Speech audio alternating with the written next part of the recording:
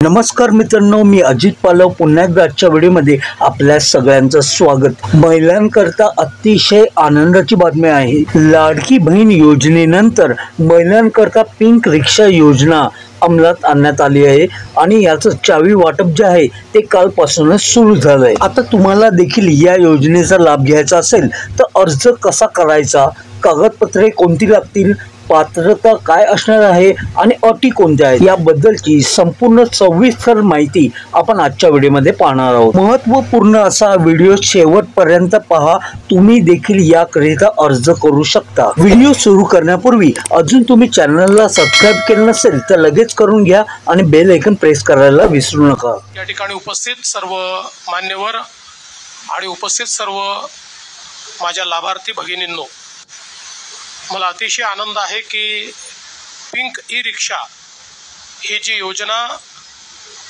महिला व बाल विकास या विभागाच्या माध्यमातून आपण घोषित केली होती, आज नागपूरमध्ये त्याचं पहिल्या टप्प्याचं वितरण हे आपण करतो आहोत।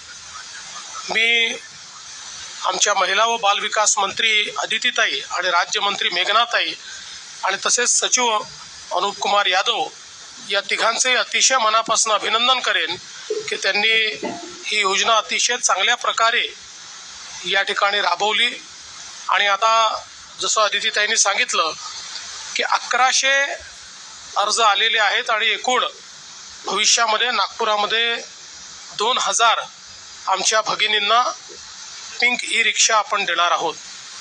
पिंक ई रिक्षा देण्याच्या पाठीमागच्या 2 भूमिका आहेत। एक, महिला सशक्तीकरणाचा जो आमचा अजेंडा आहे त्या अजेंड्याचा भाग म्हणून जशी लाडकी बहीण योजना आपण सुरू केली तशीच ही पिंक ई रिक्षाची योजना देखील आपण सुरू केली। त्यातनं आमच्या बहिणींना आपल्या पायावर उभं राहता आलं पाहिजे, हा त्याच्या पाठीमागचा उद्देश आहे। आणि त्याचसोबत महिलांना, विशेषतः ज्या कामकाजी महिला आहेत यांना प्रवास करताना सेफ वाटलं पाहिजे, सुरक्षित वाटलं पाहिजे, त्या दृष्टीने त्यांना एक अतिशय सेफ ऑप्शन म्हणून आमच्या भगिनीच ज्या रिक्षा ऑपरेट करतात अशा रिक्षा त्या ठिकाणी जर वापरता आल्या तर अनेक वेळा जी काही एक मनात भीती असते किंवा सुरक्षिततेच्या संदर्भात एक प्रश्न असतो तो राहणार नाही। याही दृष्टीनं ही रिक्षा अत्यंत महत्त्वाची आहे। ही देखील अतिशय आनंदाची बाब आहे की ही रिक्षा GPS एनेबल्ड आहे। ही ई रिक्षा असल्यामुळे कुठलंही प्रदूषण करणार नाही आहे। याला गुलाबी रंग दिला असल्यामुळे ही याचा वेगळेपणा हा उठून दिसणार आहे। त्यामुळे महिलांद्वारा महिलांकरता संचलित अशा प्रकारची रिक्षा, याचा अर्थ याच्यामध्ये पुरुषांनी बसू नये असं नाही आहे, सगळ्यांकरताच आहे, पण प्रामुख्याने महिलांकरता सेफ्टी म्हणून आपण ही जी काही ई रिक्षा आहे ती या ठिकाणी दिलेली आहे।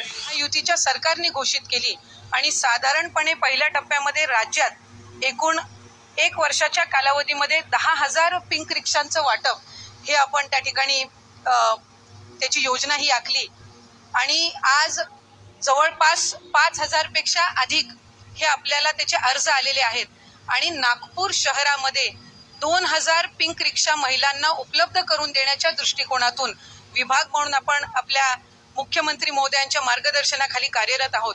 आणि आम्हाला मनापासूनचा आनंद आणि अभिमान आहे की नागपूर शहरातून 1100 पेक्षा अधिक पात्र अर्ज हे आज आम्हाला उपलब्ध झालेले आहेत आणि पहिल्या टप्प्याचं त्याचं वितरण सोहळा आज आदरणीय मुख्यमंत्री देवेंद्रजी फडणवीस साहेब यांच्या हस्ते या ठिकाणी आपण करत आहोत। सर, ही योजना आपण महायुतीचं सरकार म्हणून आणत असताना आपण असाल, उपमुख्यमंत्री एकनाथजी शिंदे साहेब असतील, त्याचबरोबर आदरणीय उपमुख्यमंत्री अजितदादा असतील, मंत्रिमंडळातील सर्व सहकारी असतील।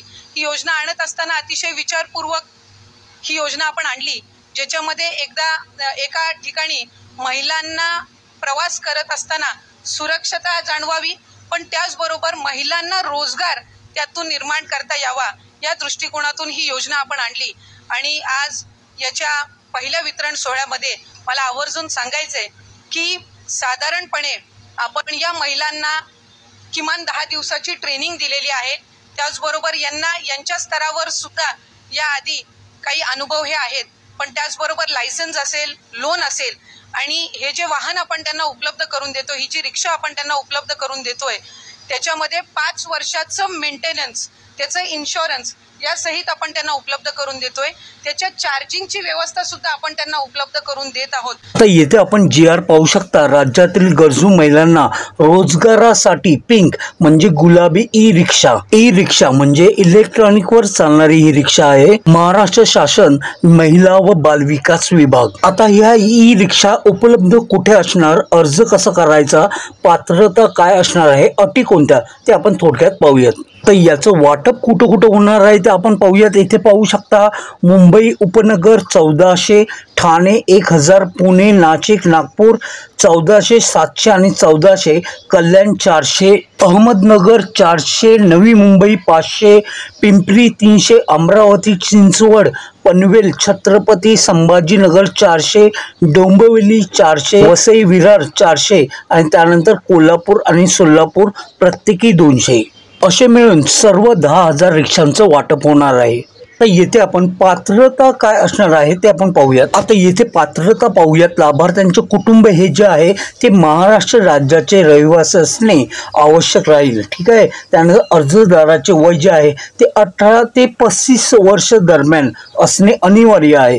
त्यानंतर सदर योजनेअंतर्गत लाभ घेण्यासाठी अर्ज करणाऱ्या लाभार्थ्यांचे बँक खाते असणे आवश्यक आहे. म्हणजे तुमचं कुठल्याही बँकेमध्ये एक अकाउंट असणं आवश्यक आहे. उत्पन्नाबद्दल म्हटलं तर लाभार्थी कुटुंबाचे वार्षिक उत्पन्न रक्कम ₹3 लाखापेक्षा जास्त नसावे. त्यानंतर पहा, लाभार्थ्यांकडे वाहन चालक परवाना असणे आवश्यक आहे. म्हणजे तुम्हाला एक लायसन जे आहे ते काढायचं आहे. त्यानंतर पहा, विधवा, कायद्याने घटस्फोटित, राज्यगृहामधील इच्छुक प्रवेशिक, त्याचप्रमाणे अनाथ, प्रमाणपत्र प्राप्त युवती यांना जे आहे ते पहिलं प्राधान्य देण्यात येईल. त्याचप्रमाणे दारिद्र्य रेषेखालील महिलांना सुद्धा प्राधान्य देण्यात येईल. आता इथे पहा, सदर योजनेमध्ये लाभ मिळण्याकरिता खालीलप्रमाणे कागदपत्रे सादर करणे आवश्यक आहेत. आता कोणती ते पाहूयात. योजनेच्या लाभार्थ्यांसाठी ऑनलाईन अर्ज. लाभार्थ्यांचे आधार कार्ड, पॅन कार्ड. आता आधार आणि पॅन तुम्हाला लागेल. महाराष्ट्र राज्याचे आदिवासी प्रमाणपत्र नसेल तर तुम्हाला काढावं लागेल. त्याचबरोबरीनं कुटुंब प्रमुखाचा उत्पन्नाचा दाखला इथे लागणार आहे आणि ते असायला हवं 3 लाखापेक्षा कमी. त्यानंतर मगाशी सांगितल्याप्रमाणे बँक खातं आणि 2 पासपोर्ट साईज तुमचे फोटो. अजून तुम्हाला काय काय लागेल पुढे पाहूयात. मतदार ओळखपत्र. 18 वर्ष पूर्ण झाल्यानंतर मतदार यादीत नाव असल्याचा दाखला. त्यानंतर पहा, रेशन कार्ड आणि त्यानंतर चालक परवाना म्हणजे तुम्हाला ड्रायव्हिंग लायसन्स काढावं लागेल. त्यानंतर इथे पहा, सदर रिक्षा ही लाभार्थी महिला चालवेल याचे हमीपत्र. बरोबरीनं त्यांनी दिलंय की योजनेच्या अटी आणि शर्तीचं आम्ही पालन करू याचे देखील तुम्हाला हमीपत्र एक द्यावं लागेल. म्हणजे याकरिता तुम्हाला एक छोटं ॲफिडेव्हिट करावं लागेल.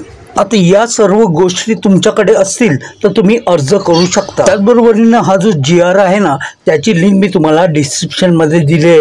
तिथून देखील तुम्ही आता हा GR पाहू शकता. तरी अजूनही तुम्हाला काही फॉर्म भरते वेळी अडचण आली तर तुम्ही मला कमेंट करून नक्की सांगा. तर महत्त्वपूर्ण असा व्हिडिओ जेवढा होऊ शकेल तेवढा शेअर करा, व्हॉट्सअप करा. आता इथेच थांबतो. पुन्हा भेटू एका नवीन अपडेटसह.